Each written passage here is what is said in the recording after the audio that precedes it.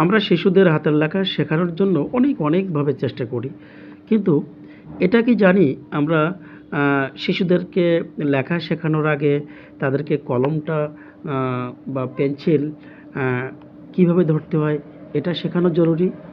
তো আমরা দেখে নিই কৌশলটা, কিভাবে কলম অথবা পেন্সিল ধরতে হয়, কিভাবে ধরলে লেখাটা সঠিক প্রবাহ তারা লিখতে পারে এবং লেখাকে আরও চাকচিক্য করা যায়, পরিচ্ছন্ন করা যায়, সে বিষয়গুলো আমরা পরবর্তী আলোচনা করব। তবে আমরা শুরু করব যে বিষয়টা সেটা হচ্ছে কলম এবং পেন্সিল ধরা। তো আমরা প্রথমে পেন্সিল দিয়ে শুরু করি, যেহেতু একজন শিশুর যাত্রা শুরু হয় পেন্সিল দিয়ে।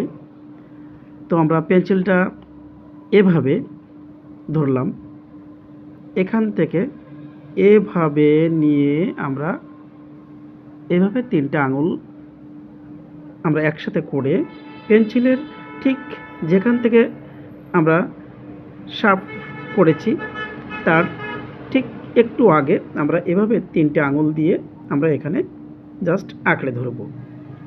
তো আমরা দেখে নিই পেন্সিলটা কীভাবে ধরতে হয়। আবারও পেন্সিলটা এমন ছিল, এখান থেকে আমরা এই তর্জনী আঙুল এবং মধ্যমা আঙুলের মাঝ বরাবর দিয়ে বৃদ্ধা আঙুলটাকে আমরা এভাবে চেপে ধরলাম। ঠিক এভাবে আমার পেন্সিলটা ধরতে হবে।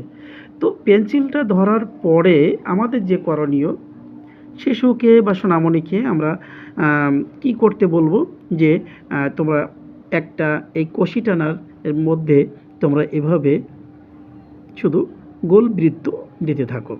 তাদের কখনো খারাপ হতে পারে, কখনো বাঁকা হতে পারে, তারা ভালোভাবে দিতে পারবে না, এমনও আমরা রাগ না করে আমরা তাদেরকে কি করব, বুঝিয়ে শুনিয়ে আমরা ঠিক এই বাম পাশ থেকে এই ডান পাশে এভাবে আমরা মিশিয়ে দিতে বলবো।